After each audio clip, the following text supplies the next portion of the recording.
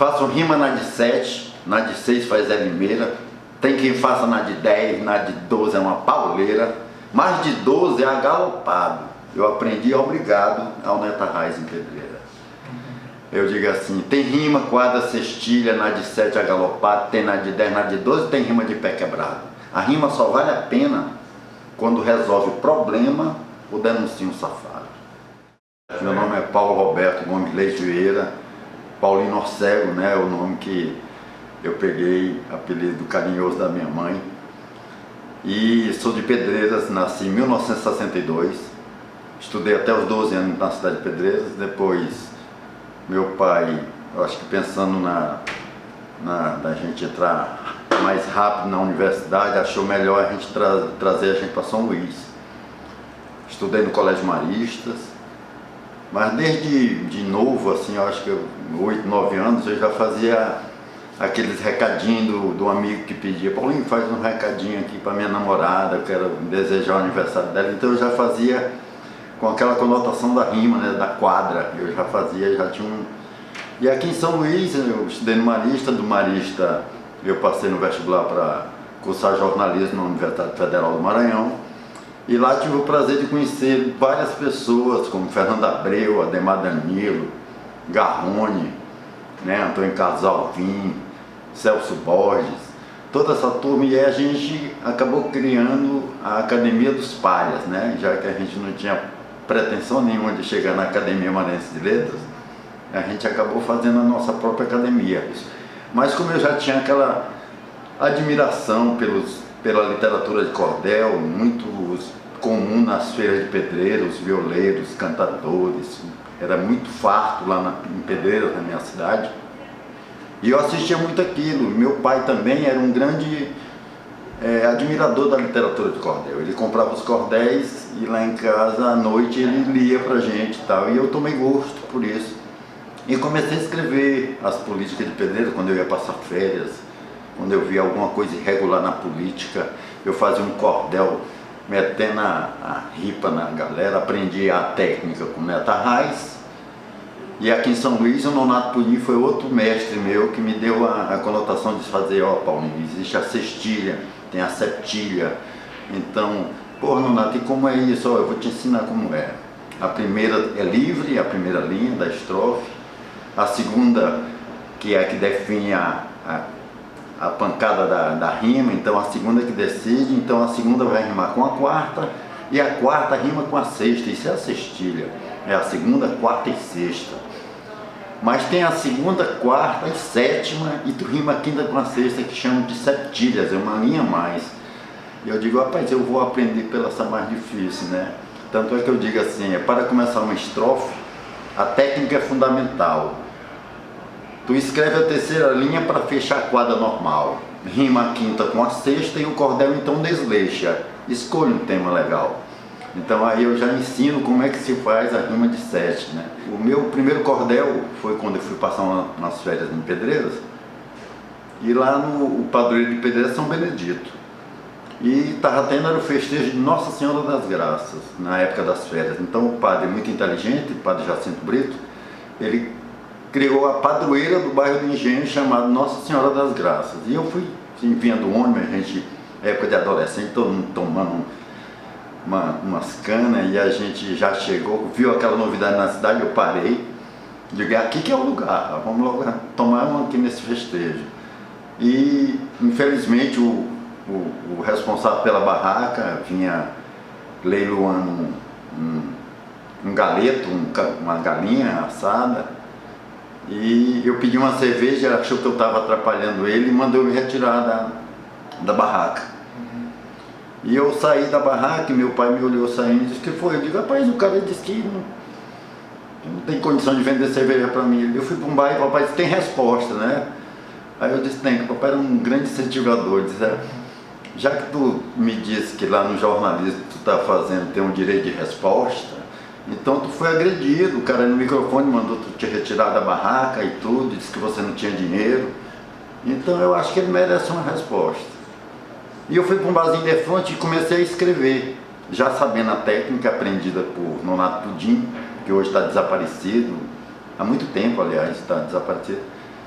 E eu digo, vou na de 7, eu vou fazer uma rima para esse camarada na de 7. E eu me lembro do Manuel, esse cara que me botou para fora da barraca, que ele era um professor, atualmente ele estava sendo professor de técnicas comerciais do Colégio Bandeirante, que era um dos melhores colégios da cidade, quer dizer. E na minha infância ele era padeiro. Então eu já saí dessa premissa, eu digo, pô, o cara é padeiro, então ele subiu na vida, hoje ele é professor, está me expulsando, ele teve alguma coisa de construção, e comecei a investigar. Estudante de jornalismo, perguntando, vem, mas quem é esse, não é o Manuel de Jesus? É o Manuel de Jesus, Paulinho. Eu digo, pô, ele é agressivo contigo, eu digo, mas vai ter a resposta dele. E comecei a fazer perguntas sobre a vida dele, e fiz um verso chamado Padeiro Professor, que eu digo que errar é humano, né? Todo mundo pode errar. Eu disse para ele, mas eu pensei que ia ser só pelo aquele desabafo, mas meu pai mandou reproduzir o cordel para mostrar para a cidade que ele tinha um filho poeta, né? E eu fiz assim para ele, padeiro professor, errar é humano. Ó Manuel, como eu supus, tu sendo Manuel, tu és de Jesus, pois Deus tolera o ignorante.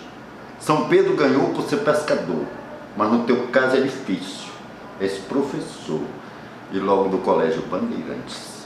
Garçom estúpido, hoje te vejo aproveitando-se do festejo para expor a imagem boçal.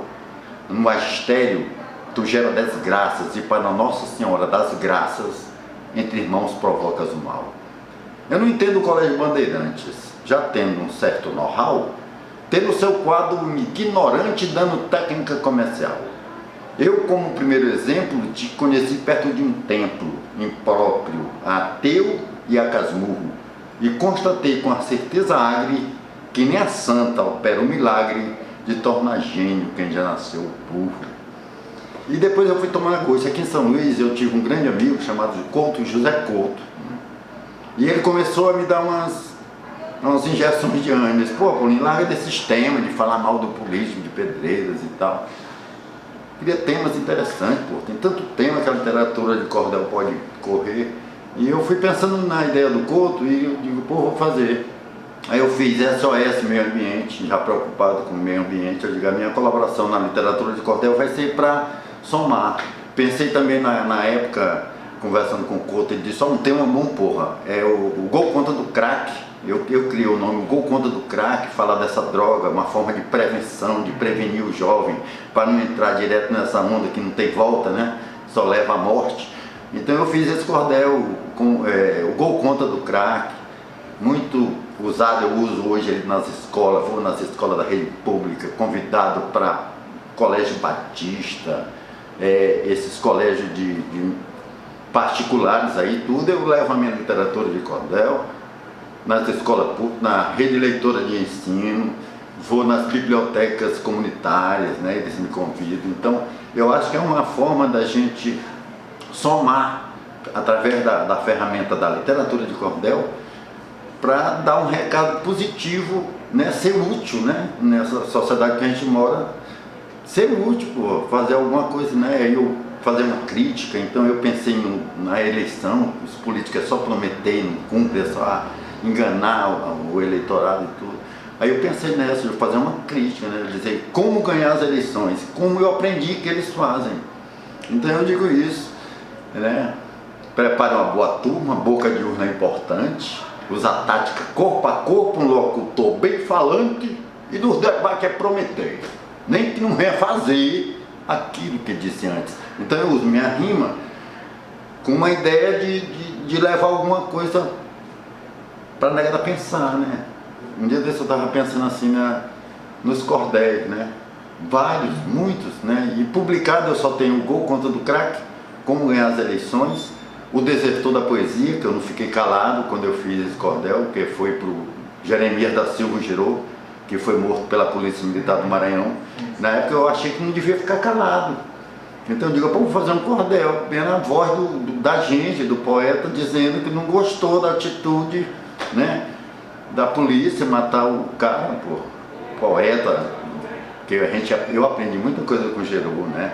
Uma questão também de racismo, né? Justamente, ainda teve essa coisa.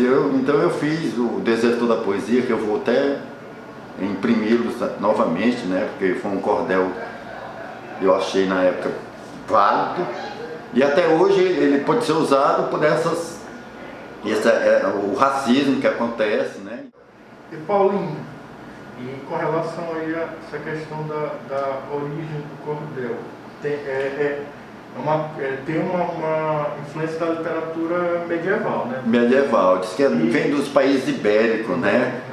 E Portugal, né? A Espanha. Ali na história da literatura tem uma escola literária da era medieval, na verdade a primeira escola literária da era medieval, que foi o trovadorismo, que era a figura lá do trovador. Tinha na literatura tinha um estilo de cantiga medieval, que era a cantiga satírica. Uhum. Era justamente essa questão de satirizar os tipos, as figuras da época. Principalmente o do poder, né? Que a turma tinha uma arma, né? Exato. Então, tem essa influência na literatura medieval. Tem. E isso daí ainda se mantém muito no Nordeste, essa característica desse medievalismo. É o cantador, né? O de viola. Exatamente. Né? Aí O embolador. Um pouco sobre isso daí.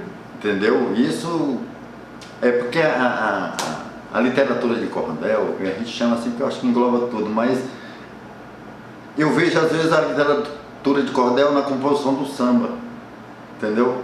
Um dia desse eu peguei o Gol Contra do Crack e fiquei batucando e eu fiz um samba, aí eu digo, as estrofes não é pro samba, eu digo, amigos do teu conta agora, é uma história sem igual, é o Gol Contra do Crack, hoje um tema nacional, a droga vem destruindo e só a gente se unindo para evitar esse mal. Quer dizer, na estrofe de 7 tu já faz uma melodia, porque o cordel, as palavras acabam, né, na procura da rima perfeita, criando a musicalidade, né? Então o trovador, né, o nordestino dos anos 30 que dizia, né? O Zé Limeira, né, que foi o cara que andou os 3 estados, Paraíba, Pernambuco e Ceará, numa mula, levando o cordel dele, as cantorias dele por onde ele andava. E ele, o Zé Limeira, que foi um presente na época de Raimundo Garrone, me emprestou, sabia da minha vontade de me transformar num cordelista, né? E ele me deu o livro Zé Limeira, Poeta do Absurdo. E eu via no Zé Limeira, assim, ele procurava a rima perfeita, mas ele não chutava, não sabia o que significava o que ele estava falando, né? Ele era agressivo na rima, ele procurava a perfeição da rima.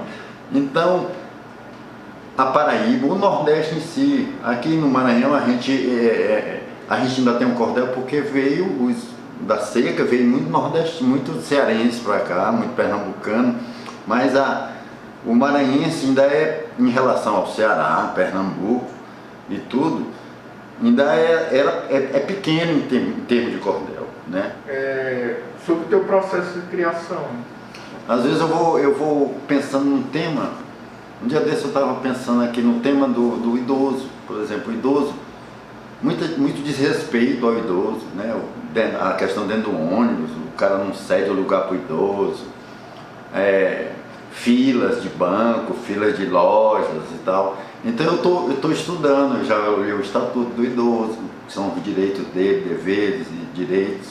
Então eu estou construindo uma literatura de cordel agora em cima porque eu estou chegando para ser o idoso, né? Então eu quero fazer alguma coisa que ajude a essa categoria, esse pessoal, né? Ou por exemplo, também tem o racismo, a questão do racismo. Então a gente tem que fazer alguma coisa desses temas, né? A gente tem que combater com um bom combate, tem que combater mesmo. E eu faço esse negócio do repente, assim, o cara diz assim, ó, eu vou provocar o poeta tal para ele vir, para a gente ficar nessa luta de briga. Aí eu tive um amigo que me prometeu um emprego para minha esposa na época e não arranjou o emprego. Então eu digo, como ele é um cara que escreve e tudo, eu vou puxar, eu vou meter um cordel nele para ver se ele vem, porque aí eu vou de novo e a gente vai começar a vender cordel com nossa história, né? E foi o João Melo de Souza Bem-TV, eu fiz como um celular fora de área e uma esposa desempregada, em cima do tema que ele tinha me prometido. E geralmente meus temas são assim.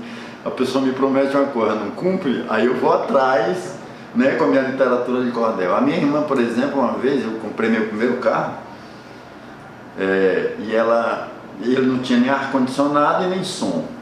Mas aí o primeiro carro, então eu fiz aquela festa, liguei para todos meus irmãos, meus parentes, comprei um carro. E eu vi a resposta assim, tem ar-com? Eu digo, nem som. E uma irmã minha se prontificou de me dar o som do carro. E eu comecei a ligar para ela, digo, ei minha irmã, cadê o som que você falou que ia me dar pro carro? Eu vou fazer umas viagens e tal, eu queria ouvir uma boa música. E ela disse, Paulo, eu estou pesquisando na internet, cadê meu som, minha irmã? Desde abril fica esperando, aquele som prometido, tu deve ter esquecido, em versos vou te lembrando. Não quero som rudestar, nem som muito equilibrado. Aí bem no final do cordel, que já eu dizendo que as minhas viagens sem o ar-com e agora sem o som, eu acho que eu vou ficar louco. Aí eu digo, se no Riachão não tiver, tu procura aqui na ilha, lá na feira da Coab, no João Paulo ou na Forquilha. Se tu não tiver no Calhau, compra lá no Real, um radinho com 2 pilhas. Então eu gosto de botar o humor, né? E quando o pessoal diz que a literatura de cordel é uma literatura de segunda, teve um poeta que disse que é de segunda a segunda. Né? A gente se defende com isso, mas é muito rico, a gente... Então aproveitando aí o gancho, fala um pouco aí sobre essa questão de por que eu acho porque já é um preconceito em relação a Nordeste, né? Segunda porque ela é simples, né? Ela antigamente relatava muito o lance do cangaço, né? Histórias assim de assombração, mas o cordel vem andando e hoje já ataca temas sociais, né? Por exemplo, a gente não vê uma injustiça como a morte do Geroto, já faz uma literatura de cordel. Paulinho, aí, com relação às referências, tu já falou aí sobre o Zé Limeira, o Patativa. Zé Limeira, Patativa do Açaré, que eu tive o prazer de conhecê-lo em qual vida. O grande nome do cordel no Brasil, assim, de todos os tempos e atualmente? É o Leandro Gomes. Atualmente? Atualmente não, atualmente eu no cordel atualmente eu acho muito bom o Braulio Bessa. Mas assim, no geral, o Leandro Gomes? O Leandro Gomes, que ele é considerado o pai, né? O pai do cordel, né? O cara que viveu de cordel, né? E tem muita gente boa, tem, por exemplo, o Catulo da Paixão Cearense fez cordel, o Ferreira Goulart fez literatura de cordel, né? Muita gente boa, cara. Eu gosto muito do César Teixeira, eu admiro o trabalho do César. Eu gosto muito do trabalho de Antônio Francisco, que é um cara do Rio Grande do Norte, de renome, cordelista de renome no Brasil. Pedro Bandeira, que é outro também bom demais, né? É outro que eu admiro. Patativa do Açaré, né? Que é outro pai d'égua também. Quando é escrito em vermelho, o poema é censurado. Quando é escrito em verde, é livre, é elogiado. O azul é a cor mansa. A rima nela descansa, mas sempre leva um recado. Um recado para aqueles que, quando estão no poder, esquecem dos compromissos e do povo não quer saber. O cordel tem sua meta, ninguém cala um poeta. Quem nunca viu, venha ver. A força do seu poema tem norte, tem direção. Se o cabo está em pé, ele é derrubado no chão. Pode até se levantar e o poeta vai estar com a rima em construção. Aí assim por diante, a gente tem que fazer a rima, entendeu? Se tu for falar de amor, estudantes vocês aí de Barreirinha, se for falar de amor, tenha a convicção. O amor, para ser perfeito, tem que vir do coração. Esse é o amor mais bonito. Nesse amor eu acredito. Arde é fogo, é paixão.